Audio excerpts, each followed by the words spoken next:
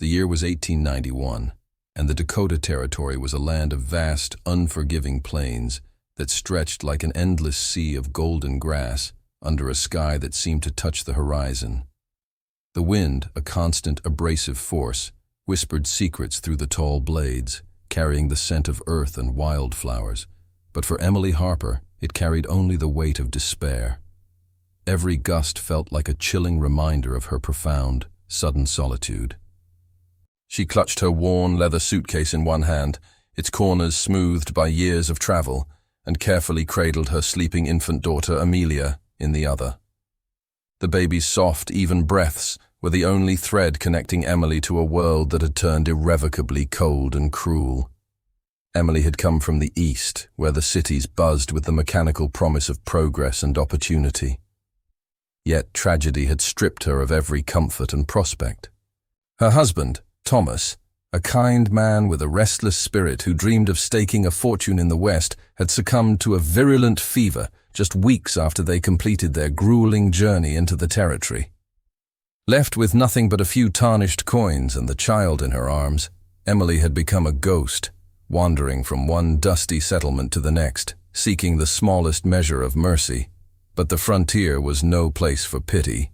Its inhabitants were too consumed with the sheer effort of survival.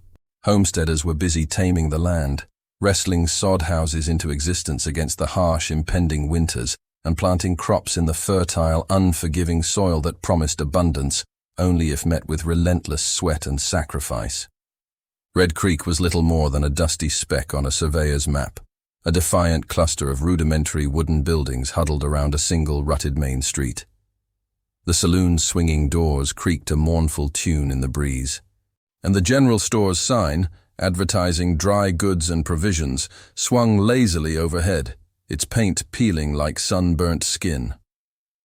Wagons rumbled past, raising clouds of ochre dust, loaded high with the essentials of survival.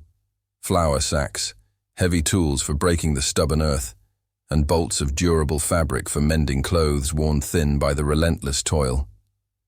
Men in wide-brimmed hats, their faces etched with deep lines from squinting against the merciless sun, nodded brief greetings to each other, while women in faded calico dresses hurried about, tending to restless children or bartering fiercely for scarce goods.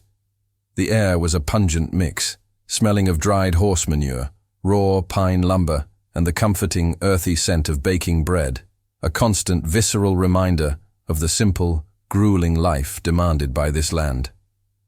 Emily approached the first door that seemed to offer a modicum of respectability, a modest boarding house with a sign that optimistically announced, "Rooms available." She knocked timidly, the rap sounding disproportionately loud in the sudden, brief lull of the wind. Her heart hammered against her ribs. A stout woman with iron-gray hair, pulled back severely from a perpetually worried forehead, opened the door, her eyes immediately narrowing at the sight of the disheveled, delicate stranger and the vulnerable bundle she held. "Please, ma'am," Emily began, her voice strained and thin, barely above a whisper. "I've lost my husband. We have nowhere to go. I can pay a little, and I can work. I can clean, cook, sew, anything, just for the night, until I can find something permanent." The woman shook her head slowly, her lips pursing into a tight line of disapproval. "We're full up," she stated, her voice dry and final. "Times are hard here, child. Can't take in every wanderer. We'd be overrun. Try the saloon. They might need a washerwoman to scrub down linens after the men get done drinking." Door after door yielded the same crushing response. The cold indifference of necessity was universal. Whispers followed her down the boardwalk. "Another widow. Poor thing. But we've got our own to feed." Emily's cheeks burned with a deep, humiliating shame, a feeling she had never known in her structured life back east. But the ingrained pride from her upbringing kept her from begging outright. She, who had been raised in a proper home where ladies sipped porcelain cups of tea and discussed the delicate plots of literature, was now scraping for survival on the raw, unpolished edge of civilization. As the late afternoon sun dipped lower, casting long skeletal shadows across the endless expanse of the plains. A kindly old man at the livery stable, his hands scarred from working with rope and leather, took pity on her. He pointed a gnarled finger toward a sparse grove of cottonwoods on the dusty outskirts of town. "There's a cabin yonder," he advised, his voice hushed with a hint of warning. "Belongs to Crow Black Horse. Half Sioux, they say. Big fella, keeps entirely to himself. Don't rent to nobody, never speaks to folks if he can help it. But, well, desperate times call for desperate measures, miss." Emily's stomach twisted with a complex mixture of fear and dread. The newspapers she had once read back home were filled with chilling stories of Native Americans, tales of wars, of the enforced confinement of reservations, and the lingering spectral presence of battles like Little Bighorn, which still haunted the minds of settlers. But the Sioux, or Dakota as some called them, had their own ways, ancient and intimately tied to the rhythm of the land. Crow, she knew from the town's hushed gossip, was a half-blood, scarred from some forgotten skirmish, or perhaps just the brutal reality of living between two warring worlds. He had lived alone since his people were forced onto reserves. He only came into town to chop wood for a meager wage, or to trade the pelts he trapped, and he spoke as little as possible. With the night approaching and no other choice left, Emily straightened her posture and trudged toward the cabin, the tall, dry grass swishing with a dry, hesitant sound against her heavy skirts. The woods were a sparse, struggling grove of cottonwoods and small pines, their leaves rustling like a soft, nervous applause in the evening breeze. The cabin soon emerged, a sturdy, well-built log structure with a robust stone chimney, from which a lazy column of smoke curled into the darkening sky. A small, sturdy corral held a single, lean horse, and meticulous stacks of firewood were lined neatly against the outer walls. Her knock, when it came, echoed with the hollow sound of a final, desperate plea. The heavy door creaked open halfway, revealing a towering, imposing figure. Crow Black Horse was broad-shouldered and powerfully built, his dark hair tied back in a simple, practical braid, his chest marked with faded, intricate scars, visible beneath the open neck of his rough linen shirt. His eyes, deep and entirely unreadable, fixed on her with an unnerving, steady intensity. I can pay," Emily stammered, her voice shaking despite her best efforts. She held out the single silver coin she possessed, which gleamed weakly in the fading light. "Just a corner of the floor, for one night, for my child." He remained utterly silent, his gaze unwavering. Then, slowly, his eyes shifted down, focusing intensely on the baby in her arms. Amelia stirred slightly, sensing the tension, her tiny fist clenching instinctively at the folds of Emily's shawl. Crow's severe expression softened, only marginally, but perceptibly, around the edges of his dark eyes. Without uttering a single unnecessary word, he stepped back, the door opening wider to grant her passage. Emily entered, her legs trembling with exhaustion and relief. The interior was remarkably simple and clean. A heavy wooden table, a stone hearth with a fire crackling brightly, and a single sturdy bed in the corner covered with thick hides. The air smelled strongly of pine, wood smoke, and a warm, pungent mixture of dried herbs, sage and perhaps cedar, a deep, earthy scent that was a subtle nod to his ancient heritage. She set her suitcase down with a quiet thud and rocked Amelia gently, whispering thanks that caught painfully in her throat. That night, as the wild prairie wind howled outside, mimicking the sound of her own deep-seated despair, Emily lay curled on a pallet of blankets near the fire. Amelia nestled securely beside her. Crow, in a silent gesture of respect and space, chose to sleep outside under the canopy of stars. Tears slipped silently down Emily's cheeks. Not tears of fear, but of the overwhelming, profound relief of having a solid roof over her head and a momentary reprieve from the judgment of the world. Little did she know that this hesitant, desperate arrival was not an ending, but the tentative beginning of something profound and unexpected. The first few days under Crow's roof blurred into a stark, quiet rhythm of survival that felt both isolating and strangely comforting. Crow Blackhorse was a man defined by the vast, uncommunicative silence of the plains. He rose well before the first hint of dawn, his movements deliberate and silent, despite his imposing size. Emily would wake, not to the sound of his voice, but to the rhythmic, powerful thud of his axe-splitting wood, the sound echoing through the crisp morning air like a heartbeat. He would then vanish into the dense riverside brush, returning hours later with game, a brace of plump rabbits or a string of creek fish, which he would clean meticulously and leave on the wooden table without any comment or expectation. Emily, a woman whose life had previously been governed by a complex etiquette, felt grateful but perpetually awkward. She struggled to find ways to make herself useful, to repay the immense, unspoken debt.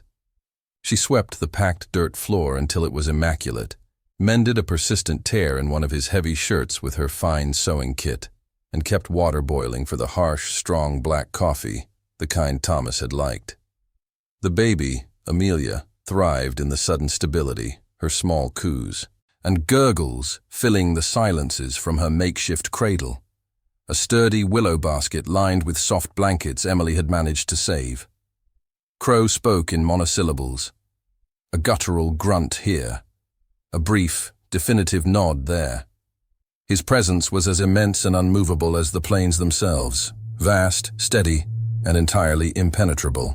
Emily often watched him from the narrow, deep-set window as he tended a small, purposeful garden behind the cabin, planting corn, beans, and squash in the traditional mounds his mother had taught him. She had learned from the snippets of town gossip that his father had been a white trapper, his mother a Lakota woman from the Standing Rock area. The mixing of blood had left him a figure of perpetual suspicion and isolation, a man stranded in the painful chasm between two hostile worlds. One afternoon, as the golden sunlight filtered through the leaves of the cottonwoods, painting dappled patterns on the ground, Emily ventured outside with Amelia secured snugly in her arms. Crow was working on repairing a section of the sturdy corral fence, his broad back to her. His muscles flexed and rippled under the rough linen of his shirt with each powerful stroke of the hammer. She approached hesitantly, unsure of disrupting his concentration. "Thank you," she said softly, clutching Amelia a little tighter, "for letting us stay. I truly don't know what we'd have done. You saved us." He paused his work instantly, his hammer arrested mid-swing. He wiped a streak of sweat from his brow with the back of a hand, calloused like dried leather. His eyes met hers, dark, bottomless pools that seemed to hold centuries of untold stories and trauma. "Child needs shelter," he finally murmured, his voice a low, rough sound, like gravel shifting underfoot. It was the longest sentence he had yet spoken to her, and the gravity of it made Emily shiver slightly. Emily simply nodded, her throat suddenly tight with overwhelming, unmanageable emotion. She thought inevitably of Thomas, and how he had promised her a life of grand adventure and security, only to leave her utterly alone in the face of this brutal reality. The raw, sharp edges of her grief washed over her in unexpected heavy waves, but she pushed it down violently, forcing herself to focus on the immediate, tangible present. As days reluctantly bled into a week, then two, small, tentative gestures began to bridge the immense chasm of silence between them. Crow, without being asked, would bring back handfuls of sweet wild berries from the woods, placing them gently in a clean wooden bowl for her consumption. Emily, in turn, baked a batch of dense cornbread using the flour she had bought in town, consciously leaving a generous portion for him near his workspace.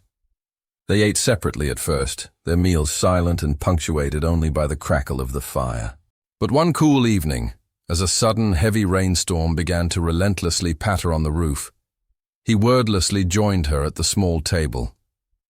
There were still no words, just the shared vital warmth of the flickering fire and the intimate unspoken knowledge that they were both surviving, together. Emily's thoughts raced in the deepening quiet. "What am I doing here?" she constantly asked herself. "I am a proper lady, educated and refined, living in a half-blood stranger's remote home. But the sheer unforgiving necessity of her situation had completely rewritten the rules of her life. And in the vast, almost spiritual silence of Crow Blackhorse, she began to discover a strange, fragile peace. There were no draining expectations, no social judgments, only the steady, consistent reality of the man himself.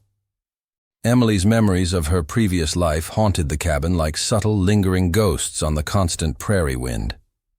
Back east, in a bustling red brick town in Ohio, she had married Thomas at the bright, hopeful age of 19. He was a clerk, polite and well-mannered, but driven by grandiose, restless dreams of the West, constantly inspired by the tales of free land and quick fortunes circulating under the Homestead Act. Their journey had begun with optimism, a cramped, jostling train ride followed by weeks in a slow, jarring wagon traversing the fading echoes of the Dakota boom, a period where the population had exploded in the 1880s, only to be crushed by subsequent droughts and devastating economic woes.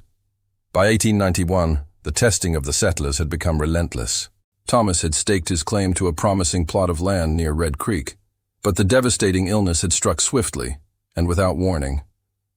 Emily had nursed him through 3 fevered, horrific nights, the stench of his sickness thick in the confined soddy. But he had slipped away with the coming of the dawn, leaving her with the newly born Amelia. The homestead was immediately lost to the crushing weight of debts. She had no family left to return to, and thus the solitary journey had begun. In the simple confines of the cabin, Emily began to share small, fragmented bits of her story during the rare occasions when Crow offered an opening. "He was a good man," she told him one quiet evening as he patiently whittled a piece of cedar wood by the fire, the shavings curling around his hands. "He wanted so badly to build a grand life for us, to matter." Crow nodded once, his knife carving smooth, purposeful curves into the wood. "Land takes much," he murmured, not looking up.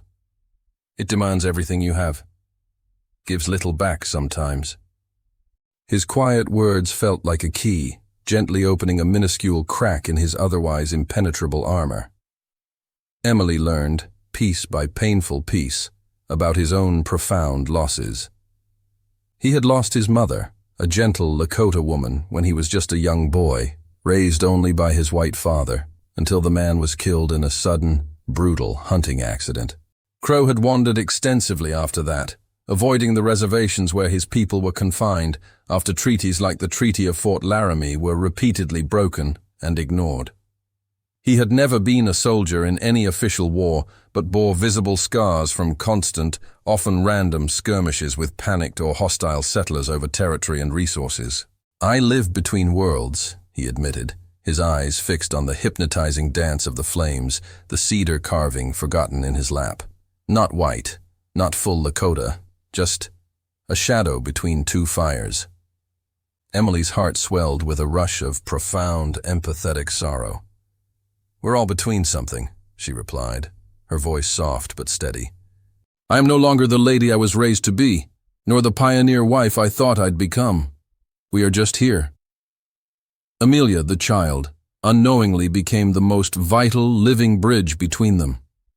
The baby's cries would sometimes pierce the heavy silence of the night, and Emily, already exhausted from the grueling days of chores, washing laundry in the icy creek, grinding tough corn for their meal, struggled to soothe her. On one such night, as the baby S cries escalated into high-pitched wails and tears streamed down Emily's face from sheer fatigue, Crow rose from his pallet. He approached cautiously and lifted Amelia gently, his large, powerful hands cradling her small body like a precious, fragile bird. He began to hum a soft, melodic tune, a traditional Lakota lullaby his mother had sung to him years ago. "Hush now, little one. The stars watch over you. Mother Moon sings soft. Nothing will harm you." The melody was simple, pentatonic, rising and falling with a natural rhythm like the hills themselves. Emily watched, completely transfixed, the exhaustion momentarily forgotten. "You're good with her," she whispered, amazement coloring her voice. His voice suddenly cracked, the rough texture smoothing into something vulnerable. "Had a daughter once," he admitted, his gaze locked on the child's face. Fever took her. Wife, too. Long ago. The magnitude of the revelation hung heavy and thick in the small cabin's air. Emily, without thinking, reached out and gently touched his forearm, a spark of profound, instantaneous connection passing between them. She would have been proud, Emily said, tears filling her own eyes for his loss. That you still know how to love and care for a child. A single silent tear escaped his eye, tracking a clean path through the dust on his cheek. The first, undeniable sign of vulnerability Emily had ever witnessed in him. That night, lying awake near the silent, sleeping man and the quiet child, she felt the rigid walls of her own grief and isolation finally begin to crumble. As the weeks reluctantly stretched into a full month, the log structure slowly but inevitably transformed from a temporary shelter into a nascent, shared home. The atmosphere in the cabin shifted, losing its awkward tension and settling into a quiet rhythm of mutual respect and cooperation. Emily began to actively help in the small garden, learning Crow's meticulous, patient ways. He taught her the wisdom of the three sisters, planting corn, beans, and squash together in supportive mounds. They are sisters, he explained, his hands demonstrating the technique. They stand strong together. The corn is the strength, the bean is the nourishment, and the squash is the shade and the blanket. Emily found a deep, unexpected resonance in the metaphor of communal support, a comfort that spoke directly to her solitary soul. Their exchanges became longer, less guarded. They began to share stories under the immense, starry canopy of the Dakota sky. Emily spoke of the books she loved, Jane Austen's structured tales of love and society, which now felt impossibly distant and trivial.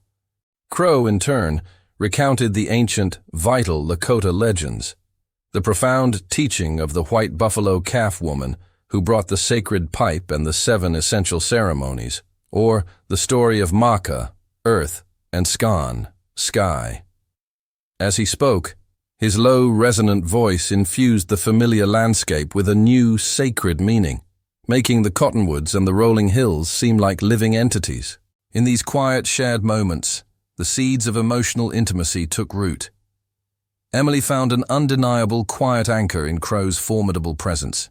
His strength was not aggressive or demanding, but steady and certain, like the deep-rooted cottonwood trees. Crow, who had chosen isolation for so long to protect himself from further hurt, found a profound solace in Emily's innate gentleness and the warmth of Amelia's small, vibrant life. Their touches began to linger, a brief, accidental brush of a hand on the shoulder during work, fingers consciously touching when passing a communal bowl of food. These moments were electric, profound in their rarity. Emily began learning traditional Lakota customs, a quiet act of respect that deeply touched Crow. She watched him prepare wakan, sacred herbs for teas, and learned the delicate, meditative skill of beadwork, using tiny, colorful glass beads he acquired in trade. She taught him to read excerpts from her worn copy of the Bible, which he treated with careful, quiet reverence, fascinated by the parallel stories of faith and human struggle. One bright, clear afternoon, the ugly reality of town prejudice brutally intruded upon their sanctuary. Emily had gone into Red Creek to purchase much-needed supplies and heard the inevitable, cutting whispers. She's still out there, living with that half-breed. Shameful, the way some women carry on after losing a husband. She returned to the cabin, her face pale, the sharp humiliation stinging her eyes. She confided the whole incident in Crow, the words tumbling out in a rush of pain. Crow listened silently, leaning against the doorframe, his expression unreadable as always. When she finished, he simply held her gaze, a profound, steady intensity in his dark eyes. "They fear what they don't know," he said, his voice flat. "They fear anything that lives outside their fence lines, outside their laws. They fear what they cannot claim as their own." He paused, then his eyes softened slightly, a rare tenderness entering his voice. "But you," he finished, his voice barely a murmur. "You see me. You see the man, not the blood."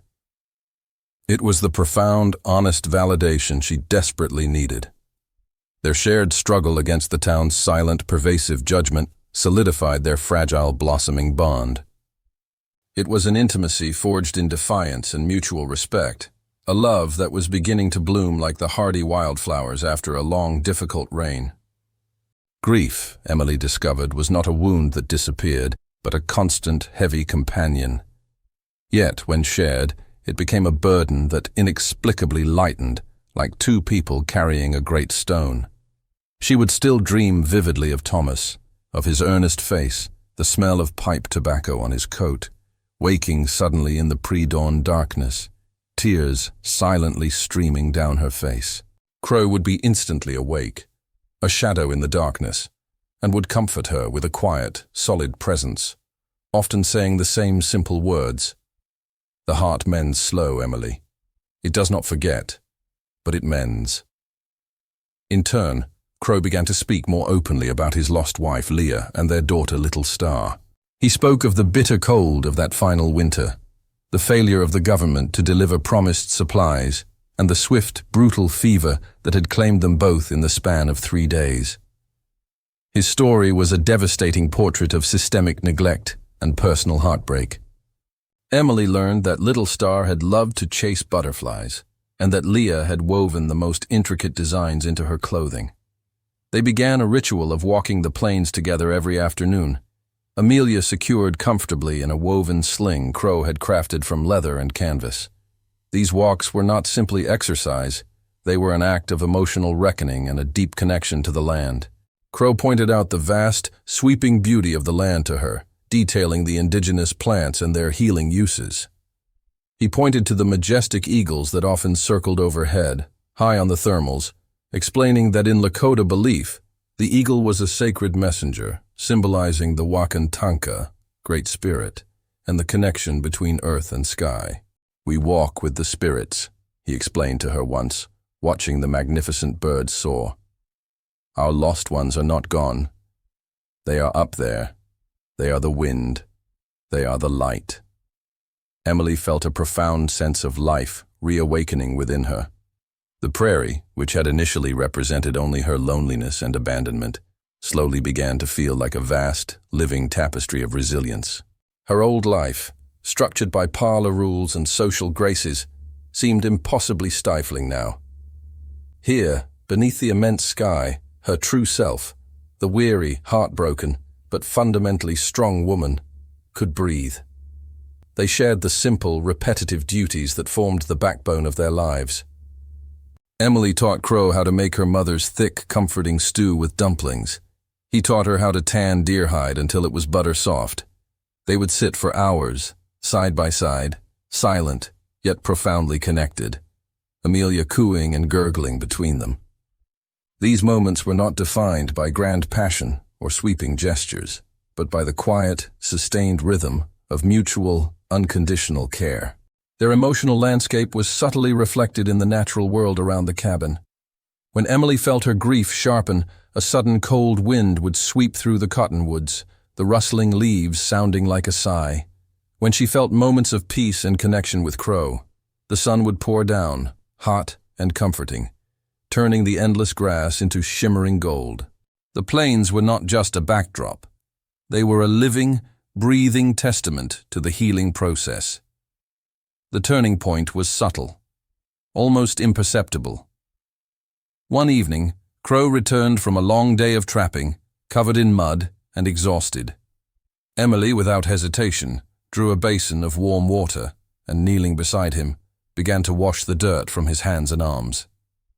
It was an act of profound, tender servitude, utterly devoid of any sexual connotation, yet it felt more intimate than any kiss. When she finished, he simply looked at her, his eyes dark with a gratitude that went far beyond the small act. "You have kindness in your bones," he whispered, his voice hoarse. "You have strength in your heart, Crow," she replied, her eyes steady. "You let me stay. You let me start over." They realized then that they were no longer two separate, wounded people sharing a space. They were a small, unified unit, defined by shared loss and a common, profound need for safety and connection.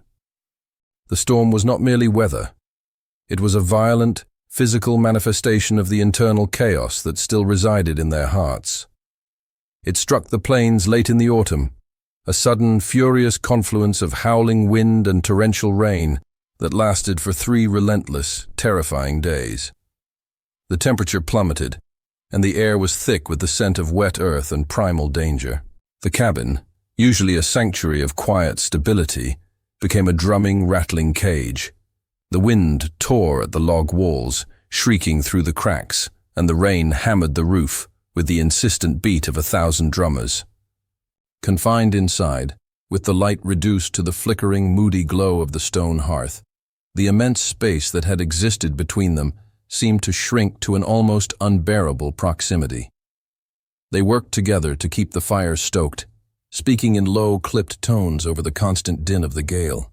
Amelia, surprisingly, slept soundly through most of it, nestled safely in her cradle, a silent witness to the rising emotional tension. On the second night, the storm seemed to peak. A massive gust of wind hit the chimney, sending a plume of smoke and embers into the room. Crow immediately sprang up, fighting to secure the chimney damper, his large frame momentarily silhouetted against the firelight. He turned back, his face streaked with ash, and found Emily standing rigid, staring into the flames. "Emily?" he asked, his voice rough with concern. She shook her head, tears welling up, not for the storm, but for the raw, unprotected memory it had dragged forth. "It was like this," she whispered, her voice tight with suppressed panic. "The night Thomas died, the fever. The wind was so loud I couldn't hear his breathing. I thought if I could just stop the wind, he'd be all right." She crumpled onto the floor, the full, suffocating weight of her unresolved guilt and trauma hitting her with the force of the gale outside. Crow moved instantly, lowering himself beside her, pulling her close into the deep, safe embrace of his strong arms. "You could not stop the fever," he murmured into her hair, his own voice heavy with the memory of his losses. "You could not stop the wind. You fought for him. You lived for your daughter. That is all there is." His words were not just comfort. They were a heavy, shared absolution, grounding her in the present reality of the storm and their mutual survival. In the darkness, amidst the relentless clamor of the storm, the dam finally broke. Confessions poured out like the rain outside. Emily spoke of her fear that she was not strong enough to be a mother, a widow, a pioneer, or to ever be worthy of peace again. Crow spoke of the crippling guilt he felt for surviving his wife and daughter, of the persistent shame of his mixed blood that made him unwelcome everywhere, and his absolute primal fear of ever loving someone again, knowing the crushing certainty of loss was always watching. "I love you," Emily whispered into the rough cloth of his shirt, the 3 simple words emerging not as a desperate plea for reassurance, but as an undeniable profound truth, a recognition of safety and belonging she never thought she'd find. Crow froze, his powerful body going rigid against hers. He pulled back slightly, his dark eyes searching hers in the dim light, the firelight catching the moisture of his own tears. He had spent his entire adult life building a fortress around his heart, a structure designed to withstand every loss and rejection, and her simple, honest words were the first true threat to its walls. "I cannot lose again," he admitted, the words barely audible over the wind, thick with the concentrated weight of years of unspoken grief. "The price is too high." "You won't lose me," Emily promised, her gaze steady, refusing to allow him to retreat. She reached up, her thumb gently touching the faint, silvery scar just below his cheekbone, a permanent mark of his own battles. "We are already lost, Crow. We were ghosts walking through the world, and now we have found each other in the wilderness. If you love me, let us be found together." Her confidence was a silent challenge, demanding that he choose life and connection over fear and isolation. He closed his eyes, the battle raging within him, a silent, fierce war between the instinct to flee and the undeniable pull toward her warmth. But the sheer force of the storm, The intimacy of the cramped space and the quiet, undeniable truth shining in Emily's eyes finally overpowered his carefully constructed defenses. He lowered his head, and their lips met. Not in a kiss of urgency or sudden passion, but one of overwhelming, tender recognition and commitment. It was a solemn vow sealed in the heart of the storm, a commitment to face the world and its unpredictable cruelty as a unified front. The storm outside seemed, in that moment, to immediately soften, retreating slightly as if it had served its final, crucial purpose. That night, they moved from their separate pallets to the one bed, an act of mutual comfort, survival, and deep, profound necessity rather than conquest. They held each other tightly beneath the heavy hides, seeking not passion, but the profound, quiet, healing reassurance of another human heart, beating resolutely in time with their own, a rhythm against the enduring beat of the prairie. The spring that followed the great storm arrived with a vibrant, almost miraculous explosion of life. The plains were awash in the startling greens of new growth, and the air smelled fresh, clean, and full of promise. Emily and Crow decided to marry quietly, an event born of necessity and profound love, entirely outside the judgmental eye of Red Creek. They blended their traditions in a simple, deeply meaningful ceremony under the immense, blue sky. Crow led her to a small, secluded bluff overlooking the Red Creek itself, where the cottonwoods stood tall and unbent. He laid out a blanket and gently burned sacred sage, the smoke curling around them, cleansing and marking the space as holy. Emily brought her worn family Bible, and they read aloud a passage about faith and resilience. Crow took her hand, palm up, and spoke his vows in Lakota, a language Emily didn't fully understand but whose meaning resonated in the solemnity of his voice. He finished, switching to English. "We walk the earth together. What the Great Spirit has given, no man can take." Emily responded simply, "I take you, Crow, as my husband, my anchor, and my home. Where you stand, I stand." They exchanged simple rings. A smooth band of silver Crow had hammered himself, and Thomas's plain gold band which Emily wore on her right hand as a sign of remembrance and continuation, not replacement. Their commitment, solid and unshakable, slowly began to change the perception of the town. Emily no longer hid. She would walk into the general store, her head held high, Crow's presence a solid, visible support beside her. They kept their distance from the townspeople, but they were not ashamed. The sheer, evident happiness that radiated from their small family unit, the way Crow held Amelia, the quiet, shared glances between the couple, was a silent testament that eventually softened even the most hardened hearts. A few older women, widows themselves, started to nod their approval. The man was rough, yes, but he was a provider, and he clearly adored his new family. Years passed, marked by the changing seasons and the relentless, fulfilling toil of the land. Crow expanded his small homestead, building a second larger room onto the cabin and a solid barn for a second horse and a few head of cattle. Emily taught Amelia, who grew into a bright, resilient girl with her mother's eyes and her father's solemn quietude, to read, write, and to tend the three sisters' garden. Amelia called Crow Papa without hesitation, and he taught her to identify the tracks of every animal on the prairie, to speak the foundational Lakota words for sun, moon, and water, and to shoot a slingshot straight and true. Their family grew again. 5 years after their marriage, a son was born. A robust, noisy boy they named Thomas, after Emily's first husband, honoring the past while embracing the future. He was followed by a little girl, Leah, named for Crow's first love. The cabin was no longer quiet. It was filled with the clamor of children, the deep, warm smell of cooking bread, the rattle of a cradle, and the constant, low-voiced murmurs of a man and a woman who had found sanctuary in each other.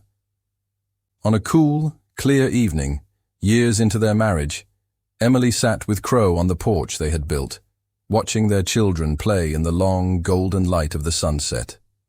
Amelia, now a young woman, was already exhibiting her mother's gentle strength and her father's profound connection to the land. Emily leaned her head against Crow's strong shoulder, his arm instinctively wrapping around her. "I used to think my heart was broken forever," she murmured, watching the children's silhouettes against the immense sky. Crow simply squeezed her shoulder, his gaze sweeping across the plains they had claimed together, not by title or law, but by love and grit. "The heart mends, Emily," he said, his voice deep and certain, echoing the words he had spoken to her so long ago.